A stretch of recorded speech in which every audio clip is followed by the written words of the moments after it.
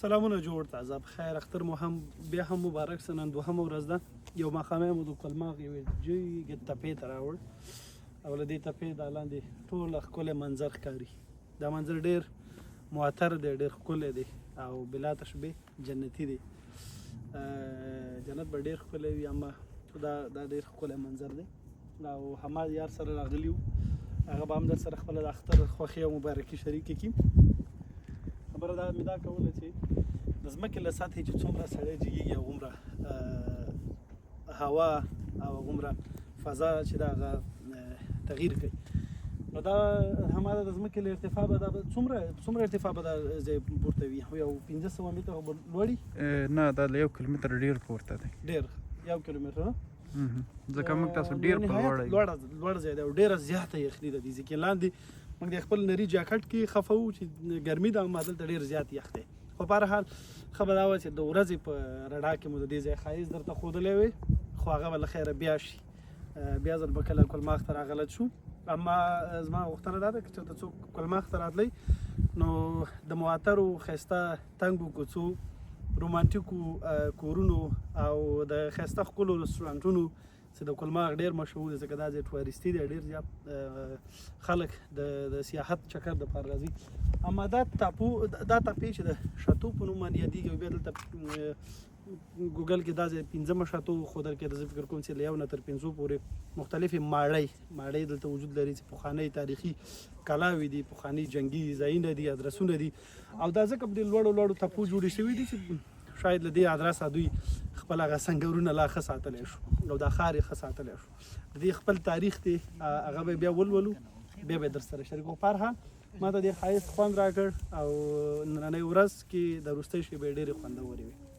په هر حال بیا هم ټولو ته د اختر مبارکي او له دې ورځې فرصت و او یو لنډکی چکر مو. زه به اوس بېرته کمرامین شم، حماد به دې خوا راشي او د اختر د مبارکۍ پیغام به ورکړي. حماد د دې خوا شب خیر، سلامونه، ستړی مه شئ. وعلیکم سلامونه. لیټ تیز دی، مقصد ما خو دغه وکړه ما برداشت وکړه. ستړي مه شئ، په خیرونو. لیزي ته به ډېر راځي ځکه ته خو نږدې اوسېږې دلته.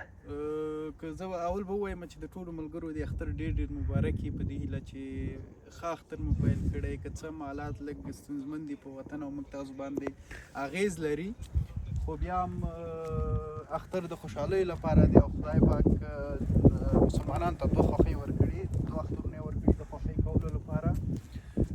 دا ځای زه ډېر خوشحاله یم چې په دې خوښۍ کې تاسو لرم او دا خوښۍ موږ تاسو ګډ لمانځو.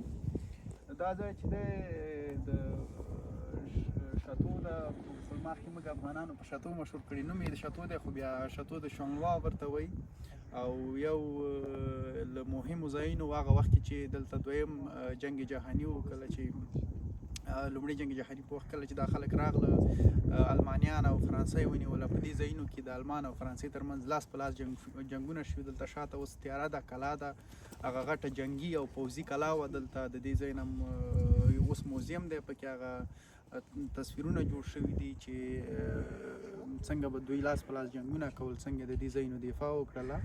خو په پایله کې بیا نو هغه ټولو ته معلومات دی چې دویم جنګ جهاني څه ډول پای ته ورسېده، فرانسه او امریکا او متحدین ټول بریالي شو. نو دا ځایونه بیا د فرانسې شو، سختې جګړې پرې کړې او دا د هغه جګړو یو یادګار دی چې دوی د خپل وطن دفاع په څومره سختیو کړې او په څومره سختیو دوی خپل ازادي ساتلې او اخیستې ده. دغسې تاسو هم خدای دې هر کله راولي، خوشحاله شوم چې تاسو لرم. نور مننه. دا ځای به اوړي کې لا ډېر معطر وي، ښکلی به وي لکه هوا چې یخه وي که نه.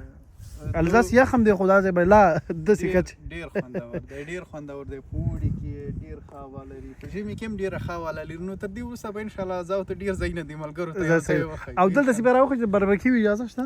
نه، د باربکیو اجازه دلته نه لرئ. تیار خواړه مجبوري سره تیار خواړه ځان سره راوړلی شي. او بیا نور دلته لاندې نور ډېر ښه ځایونه دي، میزونه یې جوړ کړي دي د فامیلیانو لپاره، کورنۍ ډېر ښه ډېر ښه. او بل په دې ځنګل دیزي ته چې راخېږي لکه د تپې نه هم همداسې تاوېږي ډېر ښه ځنګل دی. یعنې نږدې 15 دقیقې به د دیزي تر راختلو نږدې تقریبا 15 دقیقې وخت نیسي چې کله ته له لاندې ځایه پورته راخېږي او ډېره مسافه ده، یعنې 2 کیلومتره لاره ده. او په خپله دا هم ډېر خوندور ځای دی که نه، خوندور چکر یي. په پسرلي کې لوړې هغه ونې ونې دي دي نختر دي ماته ښکاري لوړې ونې دي او ډېره ښه منظر ورکوي په دا لاره چې ته راځې دا لاندې کلي چې ښکاري همداسې پورته راخیږي ساحه درته لرې کېږي یوه ورځ موږ راختلي وو دغلته هېڅ هم نه ښکارېده او فقط وریځ وه یعنې موږ د وریځ نه ډېر پورته وو که نه وریځ وه دغه هېڅ دا شاته کومې رڼاګانې چې دا نه ښکاري ښکارېدې چې کوم څه دي دا هېڅ نه ښکارېده فقط وریځ وه ښه لکه ډېر یو دریاب چې دلته دا تپې ډېر یو ځل چې ما ورته راغلی وي بلې تپې ته ختلي وو هغه خو هغه هم خپله یوه کیسه لري چې هلته بیا د دویم جنګ جهاني مړي ښخ دي او هلته مسلمانان هم دي عیسویان هم دي یهودیان هم دي او ټولو ته یوه ګډه هدیره ده هلته د